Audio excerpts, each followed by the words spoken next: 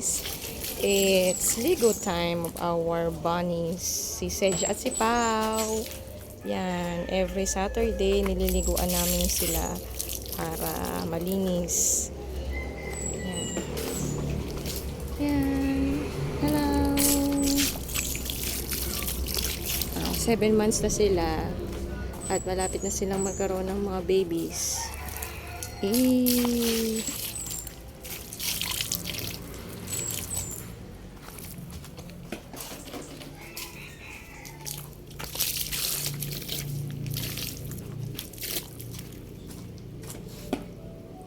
Lego is life. Ano atong sabon? Diba? Ito pa. Wala, nakuha pa tubig. Itong boy, wala na siyang mata. Kasi siya Sedge. Hello, Sedge! Mabait yan. Ang aming red territorial eye rabbit. Yung girl, medyo suplada si girl. Suplada yarn ay si Pau. Red eye territorial rabbit din siya. Yan. Papansin nyo medyo nababawasan na yung balahibo ni Pau. Sabi nila pag malapit na daw magbuntis ang isang rabbit, nababawasan na siya ng balahibo. Yan. Mas malaki itong boy kaysa sa girl. Medyo mas mailap si girl kaysa kay boy. Si boy ay tahimik lang sa tabi. Si girl ayun, nagsusuplada. Pero mabait naman sila. Yan, dilat na dilat ang mata ito. Tulog na yata. Halina na dugo. Yung tenga. May mga insekto nga kumakagat. Yan. Alis ka dyan.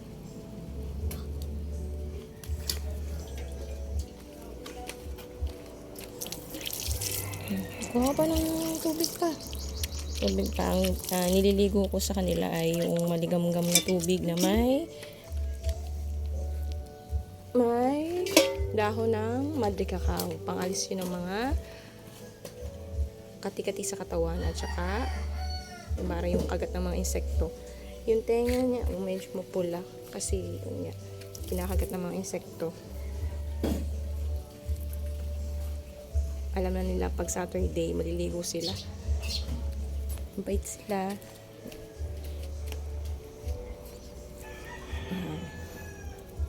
Yay! Hello, Pau. How are you? Sarap maligo? Ha? Sarap maligo? Sarap? Yan, pakain nila ay damo at saka meron akong feeds na pinapakain sa kanila. Yan. Oh, labas dila, haba dila.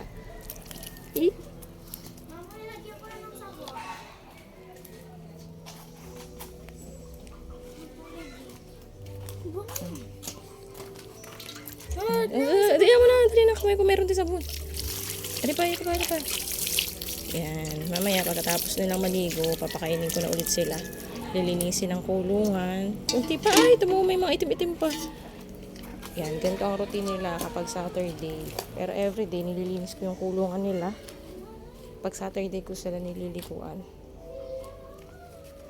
Isang beses lang. Actually, hindi naman talaga dapat nililiguan ng rabbit kasi marunong sila. Sila yung mga animals na naglilinis ng isa sa mga animals na nilinis ng katawan nila. Kaso mas gusto kong nililiguan para yung amoy nila mabango. Tsaka sinanay ko sila talagang maligo once a week. Para hindi sila takot din sa tubig yan. Diba? Yung ginagawa nila, way nila yan, yung paglilinis ng kanilang katawan. Then sila din yung nag-aalis ng mga dumi-dumi ng kuko nila. Yan, kailangan para mapaamo mo, hahagod-hagodin mo muna yung kanilang back. Para mapaamo mo. Labas dila. Haba ng dila. Say hi to our vlog. Our bunnies. Bye-bye ka na. Bye-bye na kayo.